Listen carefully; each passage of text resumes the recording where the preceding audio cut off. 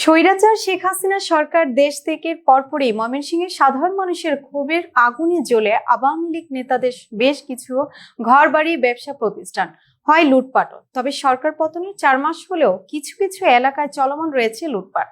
সাধারণ মানুষের মধ্যে স্বস্তি ফিরিয়ে আনতে এসব বন্ধের কড়া হুঁশিয়ারি দিয়েছেন পুলিশ ও বিএনপি নেতারা। বিস্তারিত দেখুন ময়মনসিংহ থেকে গোলাম কিবরিয়া পলাশের রিপোর্টে।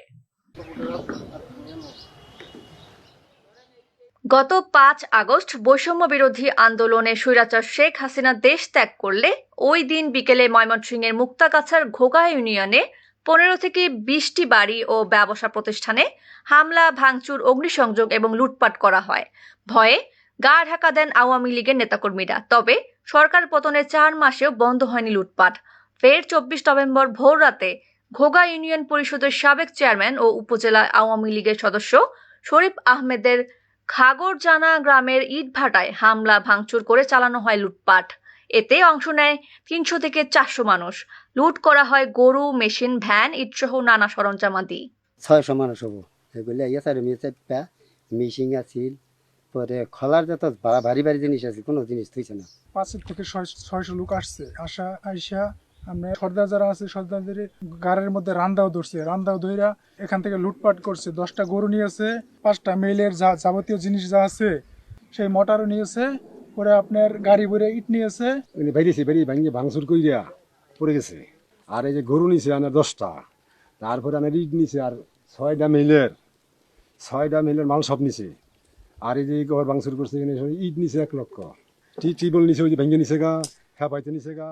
বাড়ি ঘরে হামলা, ভাঙচুর এবং অগ্নিসংযোগের পর ফের ইটভাটা লুটপাট হওয়ায় পথে বসার উপক্রম হয়েছে পরিবারটির। টিকে থাকতে চান সরকারের সহযোগিতায়। আমাদের এই যে অফিসে আইসা 15 লাখ টাকা চাঁদা চাইছে, তারপরে মারধর করছে ম্যানেজারে। মারধর কইরা কাগজপাতি, ফাইল টাইল যা আছিল অফিসের ভিতরে সব নিয়ে গেছে। 24 তারিখে ইটভাটা সব খুললা নিয়ে গেছে, গরু টরু নিয়ে গেছে, ইট বইরে বইরে গাড়ি করে নিয়ে গেছে। দাও ফালা রান্ধা হইতে লই আইসে সবাই। এরপরে মানে 2 মাস যাই গেছে, 3 মাস অত্যাচারী চলতে গেছে। আর আগে মারামারি করছে, 200-300 লোক নিয়ে যাইয়া ইট সব ভাঙ্গা হারছে, নিয়ে গেছে গা গাড়ি মিলিয়া, মেল নিয়ে গেছে গা। এরপর গরু বাছুর আছে সব নিয়ে গেছে গা, মাছ মেরে নিয়ে গেছে গা, মানে আঙ্গুর খেলাইতেছে লেউ চেয়ারম্যান। বিএনপির নাম ব্যবহার করে কেউ যদি লুটপাটের সঙ্গে জড়িত থাকে তাহলে কাউকে ছাড় নয় বলে জানিয়েছেন বিএনপির যুগ্ম মহাসচিব সৈয়দ এমরান সালেহ প্রিন্স। গত 15 বছর বিভিন্নভাবে তারা নিষ্ক্রিয় ছিল, কিন্তু তারাই আজকে দেখবেন যে বিএনপির নাম ব্যবহার করে এই অপকর্মগুলো করছে। দুষ্কৃতিকারীর জন্য পুরো দল প্রশ্নবিদ্ধ হতে পারে না, এবং জনগণও আমাদের এই অবস্থানকে, তারেক রহমানের এই সিদ্ধান্তকে মানে স্বাগত জানিয়েছে। আমরা এই কারণে আপনারা দেখছেন জনগণ তারেক রহমানকে এক নতুন তারেক রহমান হিসাবে অভিহিত করছে। বিএনপির রাজনীতিতে এই চাঁদাবাজি, দখলবাজি, সন্ত্রাস কিংবা দুর্নীতি, লুটপাটের কোনো সুযোগ নেই। দখলদারিত্বদের কোনো রাজনৈতিক পরিচয় নেই জানিয়ে তাদের বিরুদ্ধে কঠোর ব্যবস্থা নেওয়ার কথা জানিয়েছেন রেঞ্জ ডিআইজি। আমি মনে করি যে দখলদারিত্ব, তাদের কোনো রাজনৈতিক চরিত্র বা রাজনৈতিক পরিচয় নাই। আমরা সেই পরিচয়ে তাদেরকে পরিচয় দিতে চাই না।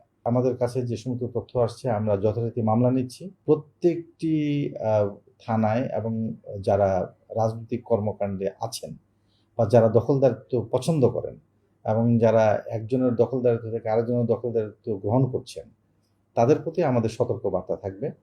তারা কিন্তু যে যত বড় শক্তিশালী হোক না কেন, আমরা তাদেরকে আইনের আওতায় আনবো। ইটভাটায় হামলা, ভাঙচুর এবং লুটপাটের ঘটনায় মুক্তাগাছা উপজেলা বিএনপির সিনিয়র যুগ্ম আহ্বায়ক কামরুজ্জামান লেবুকে হুকুমের আসামি করে 48 জনের নাম সহ অজ্ঞাত 300 থেকে 400 জনের নামে থানায় অভিযোগ দিলে সত্যতা পায় পুলিশ। আমাদের ভিডিওটি ভালো লাগলে অবশ্যই আমাদের ইউটিউব চ্যানেলটি সাবস্ক্রাইব করে পাশে থাকা বেল আইকনটি বাজিয়ে দিন। এছাড়া আমাদের ফেসবুক পেজে লাইক দিয়ে পাশে থাকুন। ভিজিট করুন আমাদের ওয়েবসাইট। ধন্যবাদ।